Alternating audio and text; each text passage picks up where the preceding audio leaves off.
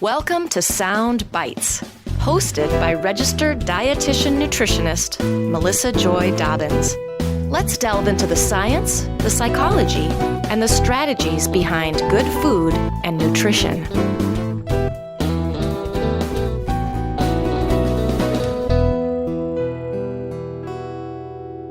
Hello and welcome back to the Sound Bites podcast. Today's episode is all about big data. It's a two-part series, and I'm interviewing 4 guests who will shed some light and some insight on what big data is, how it's being used, what nutrition professionals need to know, and how to leverage it. This is part 1. My guests today are Dave Donnan and Annette Maggi. Dave Donnan is partner emeritus retired with Kearney, a global management consulting firm, and an investor, advisor, and speaker on innovations in the food and consumer products industry. He currently serves as a public member on the Academy of Nutrition and Dietetics Board of Directors. Annette Maggi is a registered and licensed dietitian and fellow of the Academy of Nutrition and Dietetics, and the president of her own consulting firm, specializing in health and well-being in the retail setting. Over the past 5 months, she has chaired the Big Data Task Force out of the Academy of Nutrition and Dietetics. Welcome to the show, guys. Hey, good to be here. So we're going to be talking a lot about information that is pertinent to nutrition professionals, but I want to start this off by saying that nutrition professionals, dietitians, we're also consumers. We're all consumers of data. So as we walk through this conversation, I'd like to, kind of keep in mind that some of my audience is nutrition professionals and some are not. So if there's any takeaways that we can aim towards both audiences, that would be great. But let's start off by defining big data. What is it? So big data is a word that's all people are using all the time. And I think most people use it and really don't understand what it really means. If you look in the dictionary in Webster, it's an accumulation of data that is too large and complex for processing by traditional database management tools. So what does that mean?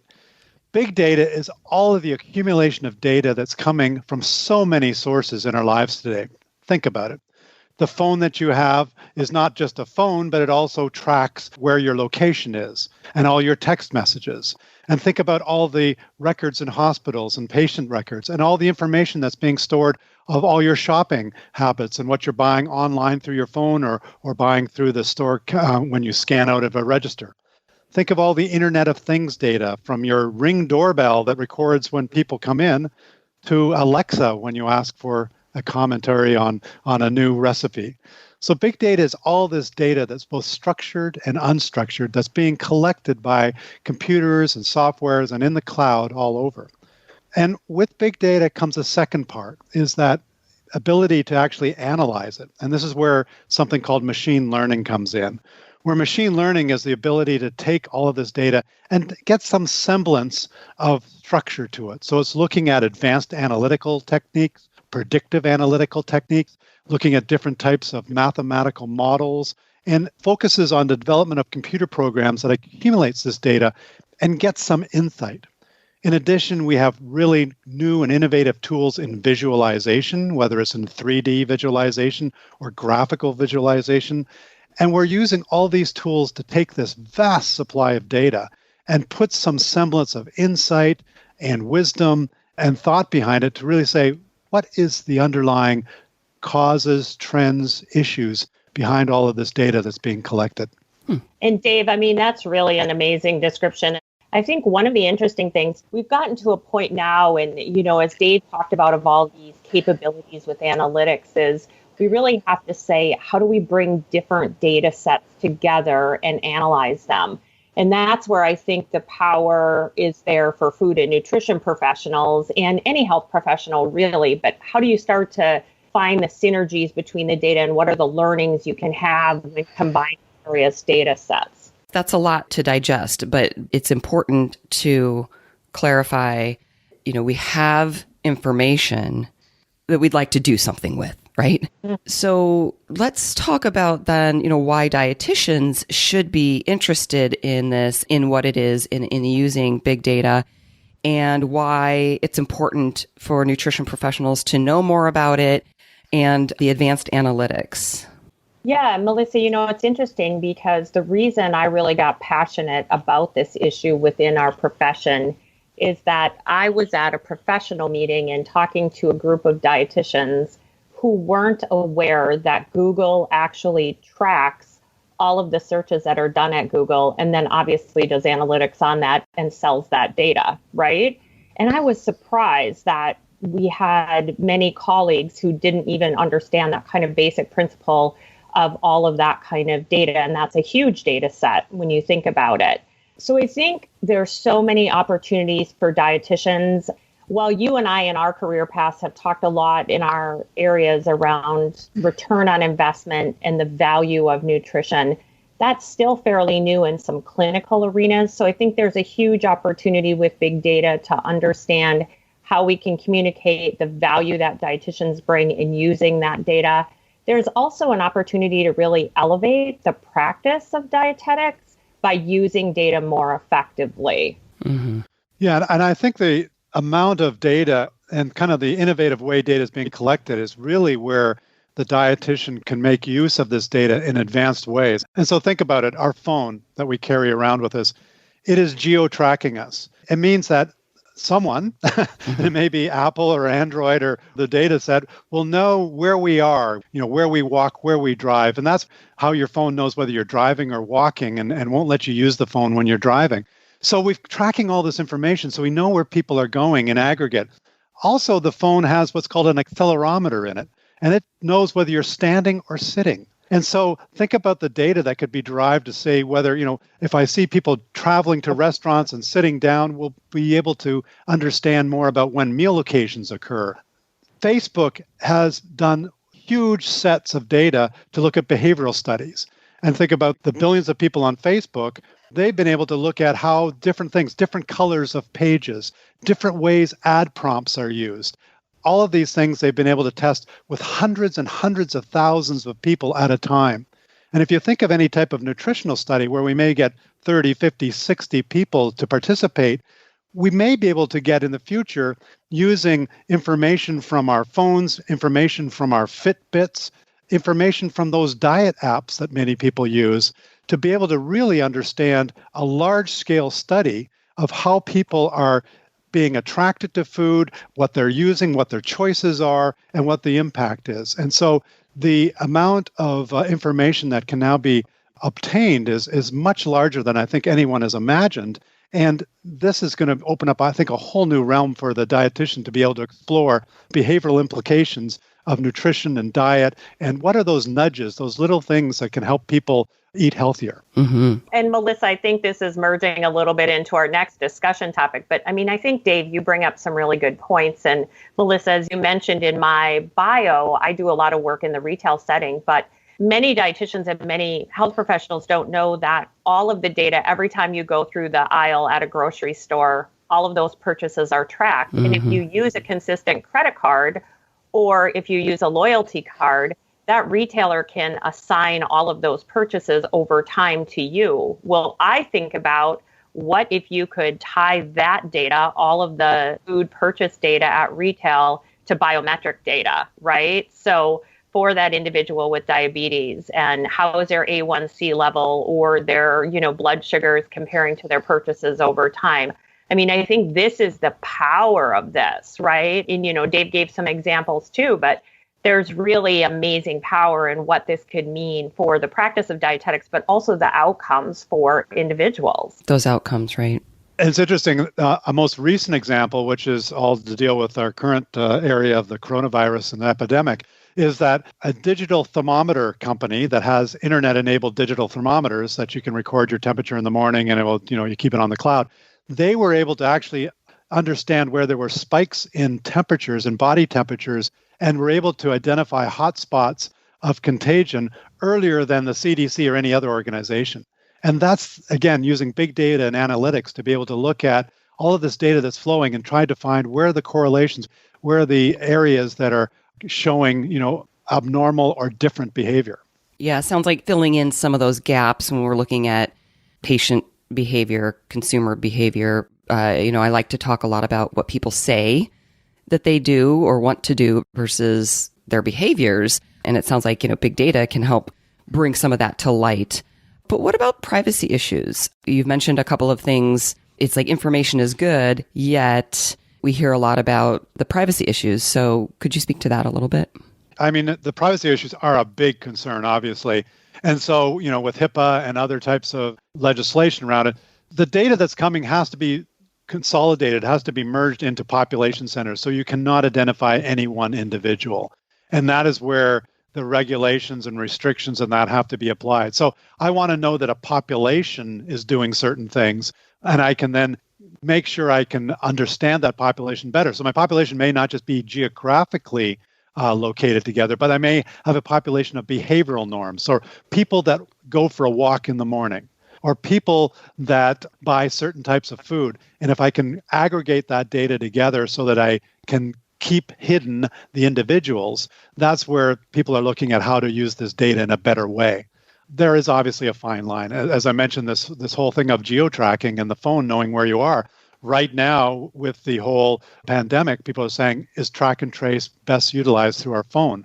Because not only knows where I am, but it knows when I come into proximity of somebody else as well. And so it knows if I've come closer than 6 feet with someone, it can actually know that data as well. Mm-hmm. So Annette and Dave, you've been working together on this task force to make recommendations to the Academy of Nutrition and Dietetics on big data engagement by the members. Can you talk a little bit about what the foundation of those recommendations are? It's been a really great opportunity to work with a really talented group of individuals on this particular topic. And I've learned so much individually about what some dietitians are doing in the informatics space. As you can imagine, this is a huge area, right? Like you listen to Dave, and there are so many examples from so many different places. But the task force brought forward a variety of recommendations that we think can begin to really drive us in the right direction. This is something that has to be an ongoing discussion. But one of the things, and I think about on your podcast, you've always been great about highlighting the amazing work of health professionals and colleagues and the impact that they're having. And so we have this approach to showcase dietitians who are using big data to elevate the role of dietitians and improve outcomes, because we believe this can inspire others to learn more about the area and engage within their organization more on the use of data. We also think all dietitians need to get more educated about big data. So you don't need to get a master's degree in informatics. If you want one, that's great. But attend sessions, do reading, learn more about this whole area so that you can understand how it's being used in the health space. One of the things that came up as a part of our task force too, Melissa, was that there are governmental and public data sets that are available, but many dietitians aren't aware of them or don't know how they might use them. So we think there's an opportunity to provide some access to those and just help dietitians better understand how they could use them. Finally, we put forward an idea where the Academy could really become a technology steward. So Dave and I, in our career paths, and Melissa, you've been in the business and industry space for a long time in your career. We know that many food companies have agreements with Google and Facebook and other similar companies where they purchase this data, this aggregated data, and use it to market more effectively to the consumer. We think there's an opportunity for the Academy to create a partnership with one of those companies so that dietitians can have better access to consumer insight data so it impacts how effective they can be in their practices. So we put together a lot of great ideas and move them forward to the Academy. Excellent. Working with the task force at the Academy, I learned a lot as well. Again, most of my applications and working with big data have been around consumer studies, around food products, both retail and restaurants. So understanding from a dietetics perspective on how the data could be used, I thought was just amazing to see all the potential and, the great insights that could be derived as well. Mm-hmm. Annette, you mentioned showcasing dietitians who are currently using big data, case studies, examples, bringing this to life can help others understand it better and relate to how they might use that in their own jobs, in their own careers. In part 2 of this series, we're going to be talking with 2 dietitians about their roles and their experiences and some opportunities to leverage data as well as career opportunities for dietitians. But Dave, you had mentioned how COVID might be influencing the use of big data within the food industry. And I wondered if there was anything else that you wanted to add about that or to share some insight there. Well, I think what we're seeing is a fundamental shift in consumer behavior because of COVID. And so people are trying to understand it better. The shift from going out to a restaurant to now buying online. And we're gathering a lot of data because online purchases, we better understand how people make choices.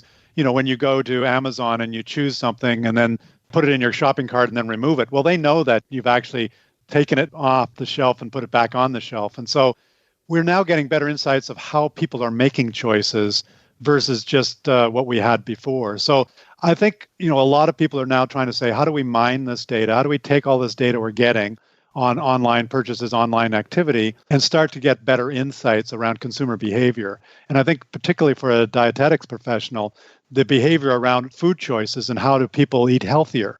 I mean, one of the big spikes, if you look at Google searches, is a spike in searches around immune systems, as people are looking to say, how do I improve my immunity to getting sick? Those are the types of things where the dietetics professionals can really hone in on to say how I can help with people and immunity through the foods that they eat. Right. And a lot of what we might traditionally think about with data is sort of this purchasing behavior. And, I went on this website, now I'm seeing ads on my Facebook, like somebody's listening, somebody's watching. But when you shift the view toward dietetics and nutrition and health and wellness, we're not talking about, how can we market to sell something better? We're looking at, as you said, Annette, elevating the role of the dietitian, elevating our profession, improving patient outcomes, improving health. So that's really exciting. Mm-hmm. Is there anything else you wanted to add before we talk about what actions that you recommend dietitians take to leverage big data in their practice? The only thing I would add is that this whole notion, and it's kind of on the fringe, but I think it's becoming more mainstream, is this idea of biohacking, which is people taking measurements of their body and using that to change their behavior. So the most obvious one is the Fitbit or the smartwatch. But we're seeing, Apple's going to be bringing out probably the next version of a watch, which will have a portable glucometer in it, so you can measure blood sugar. The ability to actually measure, your temperature, as I mentioned in the previous example. So that data is starting to come more and more as people are using wearables and smart devices. That's going to be a treasure trove of information on people, behaviors, and outcomes. Interesting. So what actions can dietitians take to begin leveraging big data in their practice? Melissa, one of the really interesting learnings from the work of the task force is that, and some of the background information that we captured from dietitians, was that many dietitians tend to think about data only related to research. And that's really a very helpful learning as you look at a topic like this, because, as Dave and I have both talked about today, there's so much information related to consumer insights, predictive analytics, the ability to provide better care, to better understand the complete picture of consumers and the choices they're making and the rationale that can really drive improved practice. And so we really have to, I think, gain this mindset of understanding data outside of the realm of just research. And so I think that's a great opportunity. I'm kind of a, jump in, lean in, learn as much as you can. As professionals, I think we often tend to stay in our lane when it comes to continuing education. But I think, Melissa, especially like at yours and mine's level of practice, I mean, this is a great opportunity for all of us to really start saying, how do we look at some of these other areas that are ancillary but so important to our profession and really try and spend our time where we're reading and doing continuing ed in some of these spaces like big data and informatics. Mm-hmm. Yeah, and I would recommend, for a dietitian to really, read a lot. There's lots of YouTube videos on big data and how it's being used. But first of all, just understand the sources of data. There's data from government, there's data healthcare, there's data from retail, as Annette mentioned. There's lots of sources of data that are going to be out there. But the real insight comes from what I'll call the second level of insights, where you combine data sets. So think about that. I've got information from the government or healthcare about metabolic disorders in a certain geographic area. Well, then you look at the next level of data would be, what are people using diet logs or their apps on their phone to track their weight or track their diet? And is there ability to work with those companies that are offering those applications to really start to look at the data and say, okay, how are people making choices around their diets, or what diets are they following? And the age-old problem of any consumer panel is what they tell you and what they do may be two different things. Mm-hmm. And many times with the apps, when people are actually recording their calories or recording what foods they're eating, that may be an interesting way of getting better data sets to really start to understand how nutrition and choices are affecting individuals. Better able to connect those dots. Yeah. Exciting. So are there some Academy resources or other resources that we can share with the listeners? And I can also put links in my show notes at soundbitesrd.com where people can find out more. Yeah, Melissa, one of the things is really exciting is that this past year, there is a new dietetics practice group called Nutrition Informatics. And so that's a great opportunity to join a group where there are like-minded professionals really talking about these issues. And, they're doing webinars on related topics and all kinds of things. So that's a great opportunity. Like Dave said, there are a lot of articles. I know we provided some that you'll make available to your listeners. But just on YouTube and everything, there's so many opportunities to learn more about big data. Excellent. Well, I will definitely include links in my show notes and check out that new practice group. I was not aware of that. That's very exciting. Annette and Dave, thank you so much for coming on the show and sharing your insights and getting this conversation started. Well, thank you. It's been a pleasure. Thanks, Melissa. And everybody listening, please stay tuned for part 2, where I mentioned we'll be talking with 2 nutrition professionals about their experiences and opportunities to leverage data and career opportunities. Welcome back to the Soundbites podcast. Today's episode is about big data.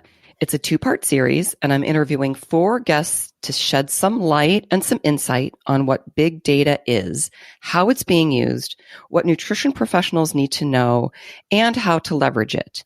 This is part 2.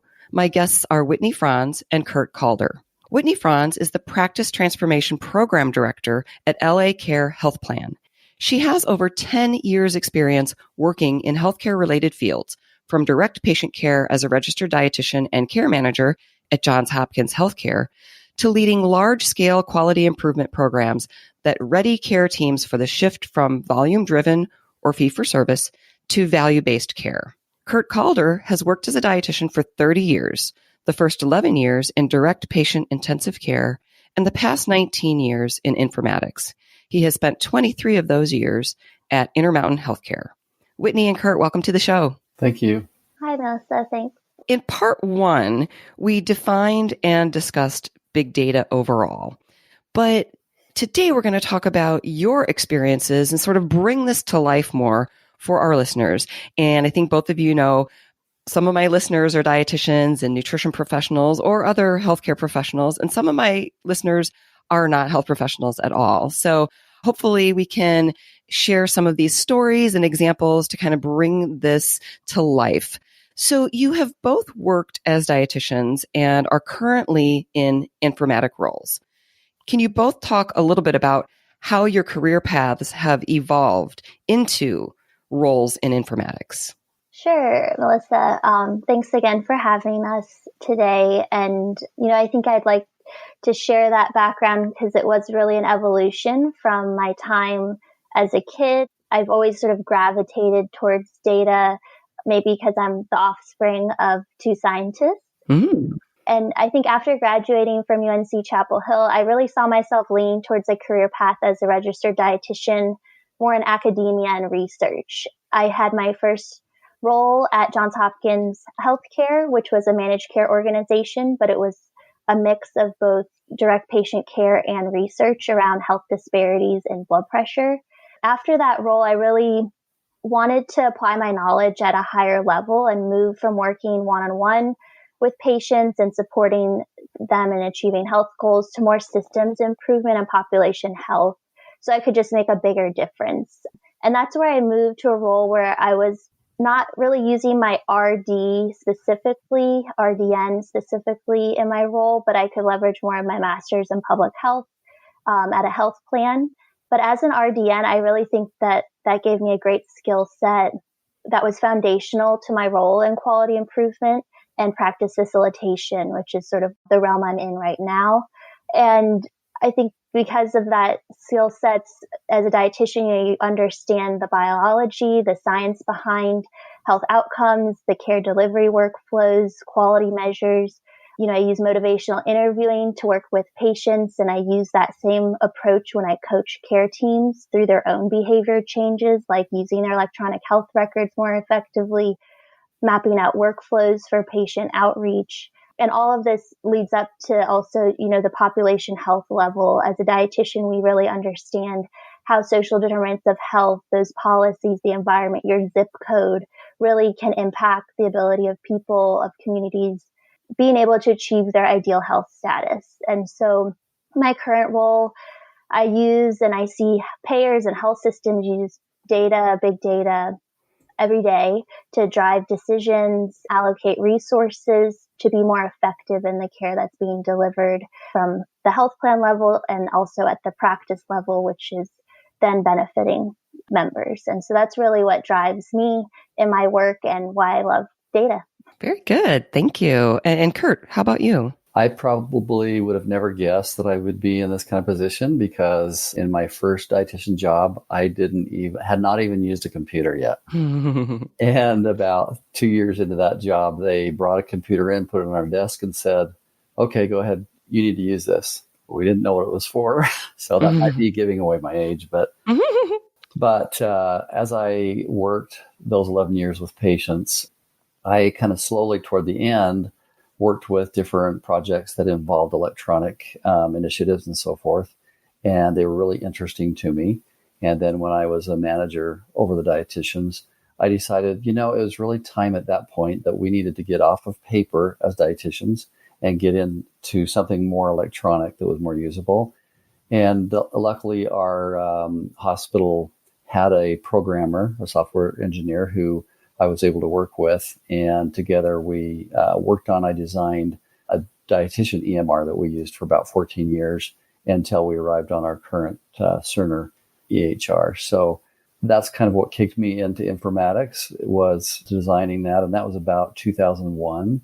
And since that time, there was an opening in the informatics department and grabbed onto that and have just loved it ever since. Wow, 2001 seems pretty early to be doing electronic medical records. And yeah, wow, you guys are really forward thinking. Intermountain has had their own EHR. So our legacy EHR actually was developed back in the late 80s.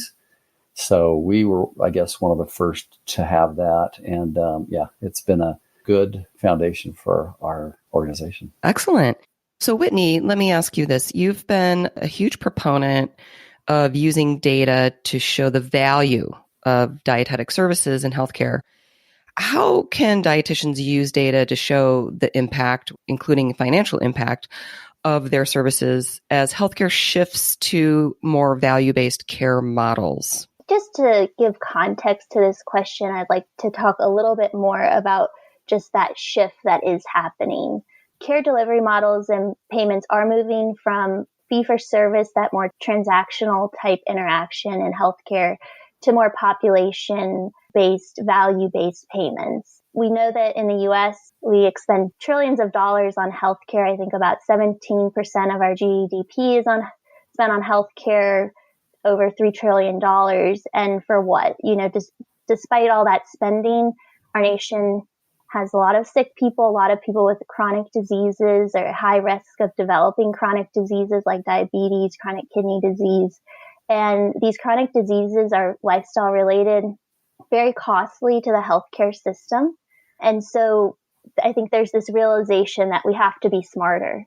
There is an organization called the Healthcare Payment Learning and Action Network, or HCP-LAN, and they sort of help support this shift at the national level, setting goals for everyone to sort of look towards how fast are we going to be doing this. And through that organization, they're proposing that by 2025, 100% of all Medicare payments be tied to some level of quality, or what we call an alternative payment model, or APM.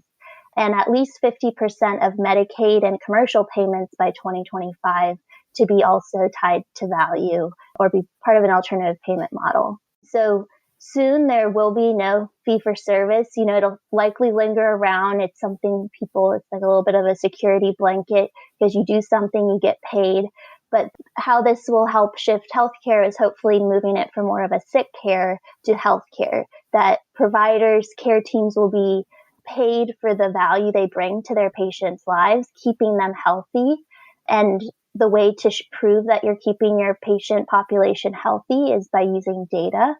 And so this is all sort of that shift also towards a concept in healthcare that is sort of the beacon, is achieving the triple aim, which is better care for individuals, better health for our populations, and then lower per capita spending. And I think to achieve this triple aim, we need diverse care teams to achieve that goal. So we can't just rely on doctors in the four walls of a clinic or practice or hospital.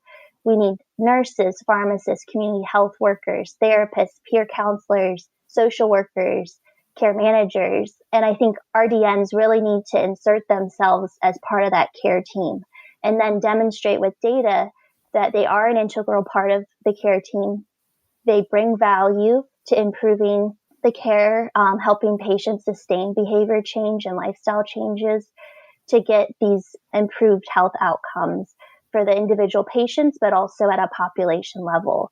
And there are dollars tied to these outcomes. So when a dietitian or a care team as a whole helps a patient decrease their A1C, that saves dollars for the healthcare system. When we're able to control high blood pressure, this reduces risk for stroke and other high cost utilization down the road. And dietitians can have an impact on chronic diseases, even lengths of stay, thinking about pre-operative nutrition, and also thinking about lowering risk for readmissions and inappropriate use of the ER. I think the role of dietitians, that they can bring this value, it's important to show that with the data. And so RDNs, they really need to know how their system in which they're functioning gets paid. Are the hospitals they work for or the clinics, are they getting paid in some way based on value, based on measures? What are those measures that are the high priority, maybe tied to the most dollars? And I'm pretty sure we can walk backwards to think, how does a dietitian add to achieving that outcome through their work with patients, looking at data, understanding who's high risk and where to deliver these medical nutrition therapy interventions that we know are proven, are evidence-based, and can help achieve these outcomes. Excellent. Kurt, anything to add to that? Intermountain Healthcare has been one that has been focused on the value side for a number of years, knowing that that's kind of the direction that we would eventually need to go. But at the same time, I think our dietitians have lagged with that. So we have a lot of good initiatives in other areas.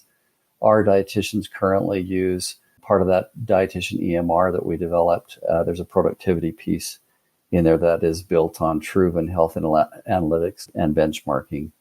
And we use that for justifying staff and so forth as they put different activities into that system. So one of the things that we'll need to look at is changing that and moving that toward more of the value side than the volume side. So we do have a little bit of work to do in that realm. And Whitney, how do health plans or payers leverage big data to manage population health? So payers, they're not always looked at as in a positive way sometimes, but I do think they have a role in helping push forward a way of rewarding providers for doing a good job of actually taking better care of their patients. And from the perspective of a health plan, we always call them members.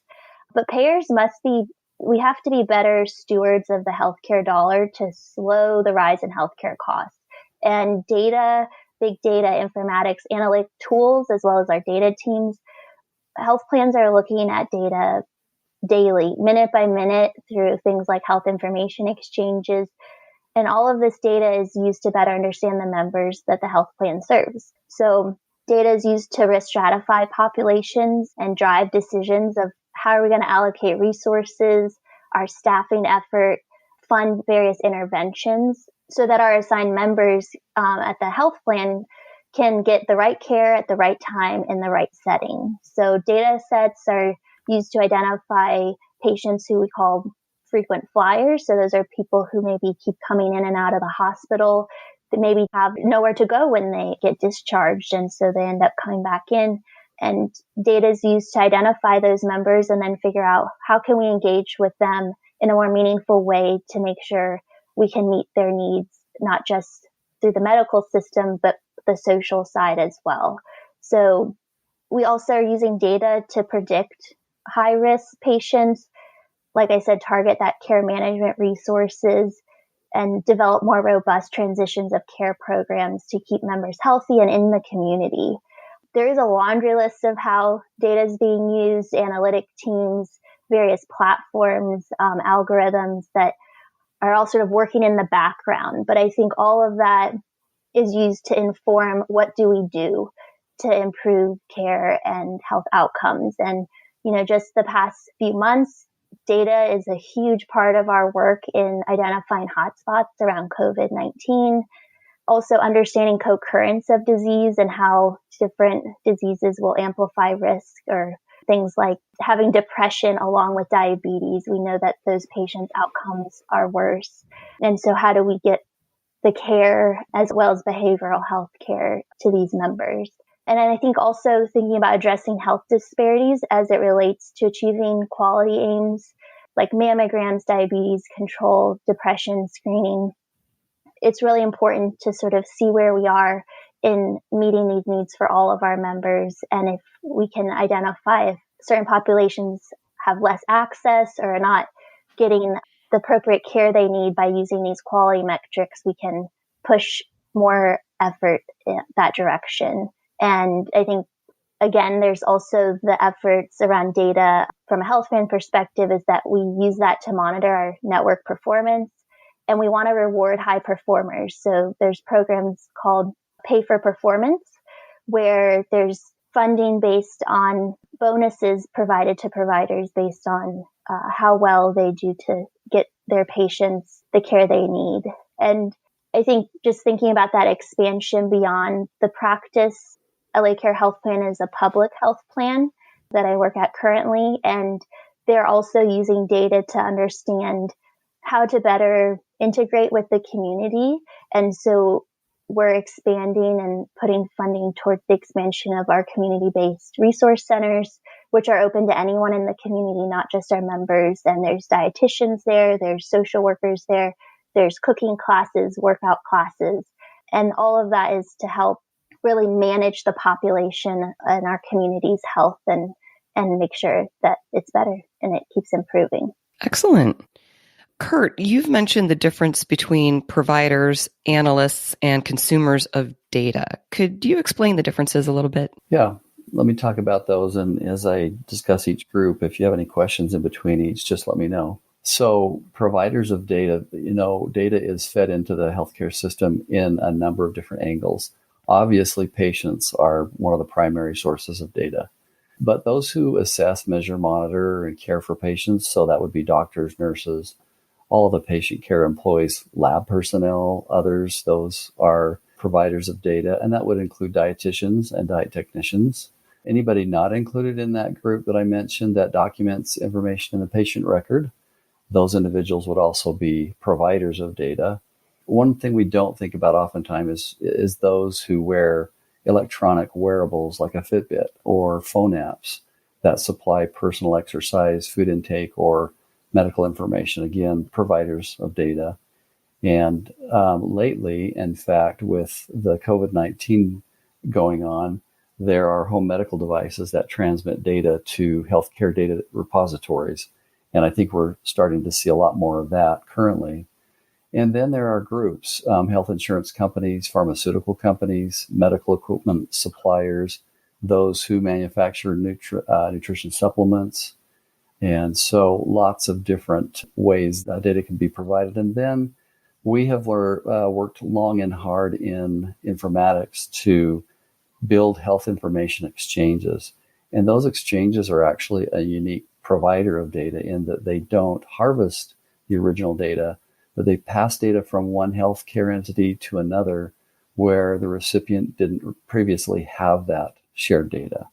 So all of these different providers, I think it's good to think about the different ways that data is handled. That's kind of why I like to divide it into those three groups. So those are the providers, basically, of data. Okay. There are analysts, and when I think of these, I specifically think of those who are trained, certified data analysts who work in healthcare entities like hospitals, medical clinics, and so forth. They are a big part of those analyzing the data and a very important piece of that. We also have government health-related agencies. We have health registries like cancer, cardiovascular, neonatal, and other registries, statisticians, and those involved in healthcare research projects. Again, all of those are analyzers or analysts of data, and good to know what their role is. And then finally, consumers of data. And I should probably clarify in terms of big data, this group really consists of those who consume analyzed data and not just individual data points, because healthcare workers, especially providers they always use single points of data or a handful of data points throughout their day to interpret, diagnose, and treat the patient. But big data involves the use of thousands, sometimes even millions of data points to understand trends for improvement, epidemiology, population health, other initiatives. So those consumers of data might include healthcare organizations, hospitals, medical clinics, nursing homes, quality improvement organizations. And then obviously healthcare workers will use that data, and health insurance companies do, and government health organizations. And the list really goes on of those, who use the data. So when I think of how data is used, I like to break it down into those groups and know their role and how they all kind of fit into the big data picture. Mm-hmm. Just something that came up in part one, we were talking about privacy issues. And, I know we hear a lot of concerns of, the listening devices in our homes and so on. But it seems to me with healthcare, we have HIPAA, which stands for Health Information Portability and Accountability Act. Right. And it seems to me because of a healthcare approach to data and information, we were a step ahead or maybe several steps ahead with regard to protecting people's privacy. But can you speak to that with regard to big data and health information? In terms of privacy? Yeah. Yeah. So certainly HIPAA plays a big part of that with that health information. And then a lot of the information that is used is then what we call de-identified. So in a research project, for example, or a registry or a place where that data is used for purposes of following trends and quality improvement initiatives and so forth. So they try to remove all identifiers that might bring that back to a specific patient, for example. And that really helps. Again, that's a real good security piece to using that data without then also leaving it less secure. Okay, thank you. Can we talk a little bit about how data is used to accelerate improvements in healthcare delivery and how it's used to track trends and predict results? You bet. So our organization has a really long history of using data to drive improvement. I was talking about our legacy EHR that we had. And so we've really had a data repository, the enterprise data warehouse is what they call it, for a very, very long time. And sometimes companies and other organizations come to us to find out how we built that, how that's kind of changed over the years. But that data repository has been immensely useful in a lot of the initiatives that we've done in our organization. So there are numerous decision and support mechanisms that are continually built and adjusted in our EHR based on data trends. And probably in the last 3 or 4 years, data has been the basis of a very deliberate movement in our organization, as I was mentioning earlier, going from volume-based to value-based care initiatives. So again, those data repositories, which now most health organizations have, are extremely important. And it's important to know that they're built correctly. So that's kind of why the field of informatics is there, that people specialize in things like that, a very integral piece of getting that data and then using the data the way that we need to. Okay. And I can speak to that as well. So based on the work I do as part of practice transformation is sort of a broad term, but the day-to-day of that is that there are what we call practice facilitators or practice coaches going out to the field and working with all levels of staff at practices to understand what they're doing in their day-to-day and how that impacts the quality of care that's being delivered. I think many people are creating data nonstop, pretty much. They create information, but creating information that's useful, actionable, and actually generates change is where there's sometimes some barriers there. So I think a huge part of using data to accelerate improvement is that you have to trust your data.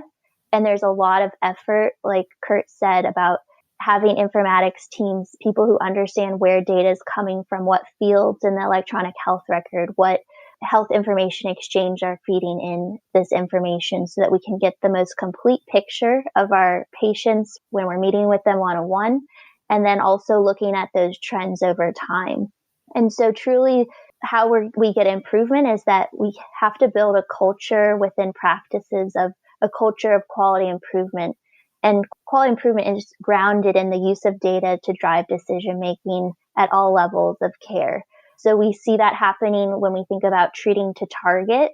So, when you work with a patient that has an A1C of 11 and your goal is to get their A1C below 8, how are you going to do that? And so it's important to have that patient, monitor their blood glucose. So there's data coming in from those blood glucose monitors. There's then their point of care testing when they have an in-person visit.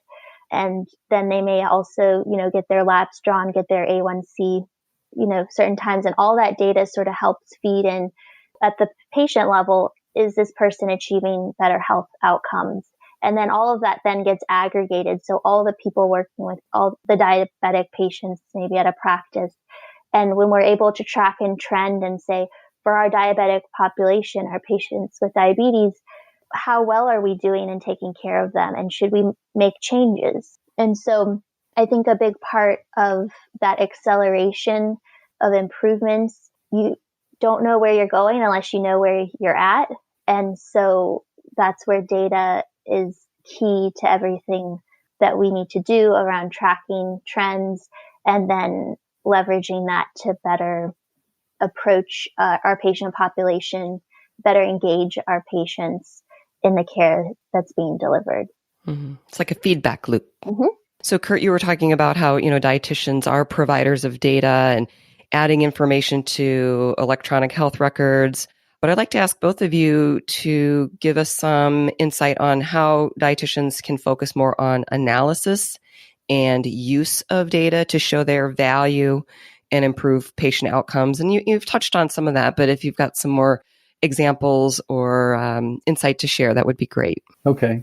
Again, as we move from that volume to value-based care, I believe nutrition care becomes even a more important component.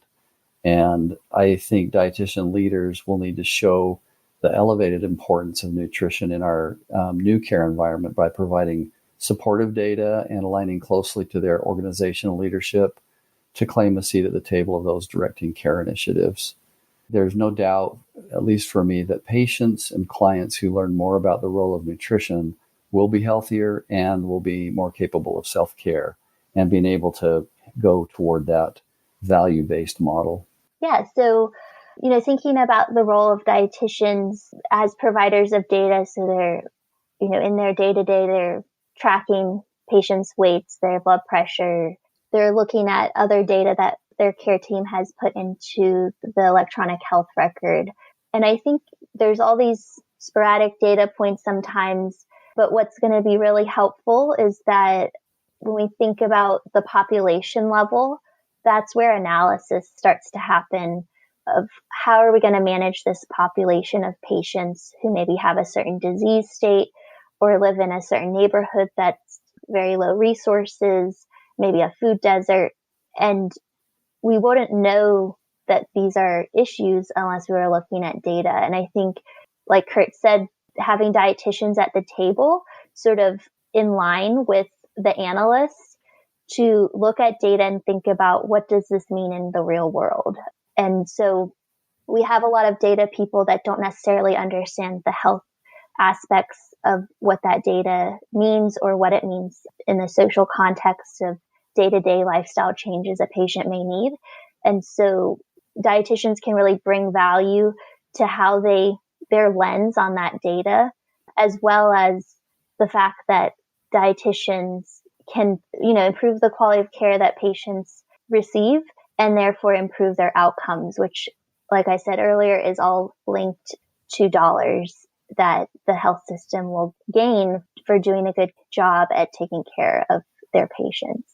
Excellent. Well, sounds like a very exciting time for dietitians to learn more and get more involved in big data. Are there any resources or anything that you would recommend that dietitians read or watch a YouTube video or anything to learn more about this? Yeah.